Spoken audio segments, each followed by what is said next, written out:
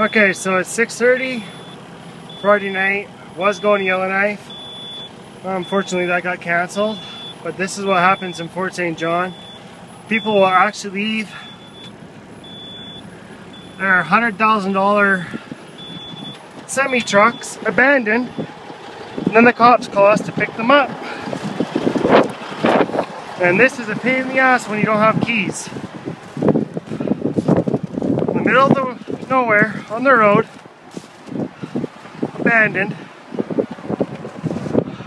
pretty much brand new semi-truck. It's cold, it's so windy.